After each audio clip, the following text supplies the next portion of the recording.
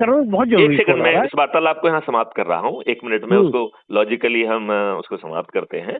एक तो मैं निवेदन ये करता हूँ कि आपको मालूम ही है, आप हमारे बात सुनते रहते हैं, तो जी जी। हमारी हर वार्तालाप रिकॉर्ड होती है और जो अभी हम बात कर रहे हैं ये भी रिकॉर्डेड है। और हम्म। हम में इतना गट्स होना चाहिए कि हम चाहे अच्छा भारत पैदा ना कर पाए, कम से कम खरी खरी बात कहने की और तो उस नहीं, घड़ी घड़ी रणनीति। बात कहने की ताकत रखते हैं, पर कोई हाँ, दिक्कत नहीं है। तो और हम मेरा हर मंच पर बोल सकते हैं। तो मेरा ये कहना है हम्म। कि हम लोग बैठ के रणनीति तय कर लें, क्योंकि 4 सरल उपाय के तहत हम मात्र 9 दिन में 100 करोड़ हो जाएंगे।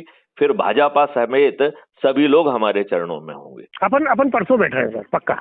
चलो, तो डन। आप राष्ट्र के नाम को संदेश तो दे दो भाई, हम बिना इसके बंद नहीं करते कम्युनिकेशन, तो आपको राष्ट्र के नाम संदेश देना पड़ेगा।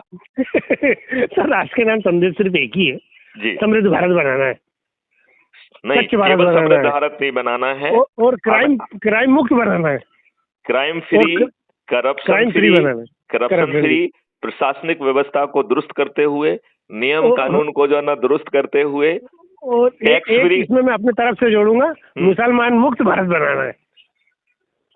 देखो मैं आपको बताऊं, हम्म। हम लोग दुष्ट हैं, मुसलमान तो नहीं। देखो देखो जस्ट ए मिनट, ये बताओ, जब जो है मुसलमानों ने ये निर्णय लिया था कि उन्हें दूसरा देश चाहिए, तो उन्हें आपने क्यों रोका? ये गांधी की फिर आपने मेहरबानी है। एक मिनट, फिर आपने 55 जो है कानून देश के संविधान के विरुद्ध बनाए। माननीय नरेंद्र मोदी जी को भी एक छोटा सा स्लॉट मिला था टाइम का, जब जो है वो लोकसभा और राज्यसभा में उनकी मेजोरिटी थी, तो एक कागज में उन 55 एक्ट का नाम लिख के रेजोल्यूशन कि इन सभी को रिपील किया जाता है, हाँ की जीत हुई ना की हार हुई, क्या दिक्कत थी? आप ये बताइए, अभी आप 44 संशोधन के साथ वक्फ बोर्ड एक्ट लेके आए हैं। Waqf board it is a anti constitution. आपने जो है ना माइनॉरिटी मिनिस्ट्री चाहे किसी ने भी बनाई हो, कंटिन्यू तो आप भी कर रहे हो ना।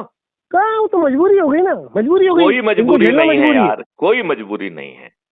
आप लोगों को जाति धर्म का और संप्रदाय के जो ना ऊपर ले जाके उन्हें अच्छा भारत दो ना। हर किसी को अच्छा भारत चाहिए, हर किसी को रोजगार चाहिए, हर किसी को शिक्षा चाहिए, हर किसी को स्वास्थ्य चाहिए, हर किसी को भोजन चाहिए, हर किसी को समृद्धि चाहिए, हर किसी को खुशहाली चाहिए। ये उसको जो है ना जाति और धर्म से नहीं मिल रही है। तो एक बार आप उसको दिखा सकें कि हम ये सब चीज दे रहे हैं, और इसके लिए भारत सरकार के खजाने पर यदि एक पैसा यदि खर्च नहीं आ रहा है, और फिर यदि माननीय नरेंद्र मोदी जी नहीं करते हैं, तो मेरी नजरों में माननीय नरेंद्र मोदी जी हमारे प्रधानमंत्री दुष्ट हैं और देशद्रोही हैं। बरोबर है। मुझे ये कहने में कोई संकोच नहीं है। मैं क्षमा चाह रहा हूँ, मैं बहुत जरूरी फोन आ रहा है। चलिए बाद में बात करेंगे। जय हिंद, जय भारत।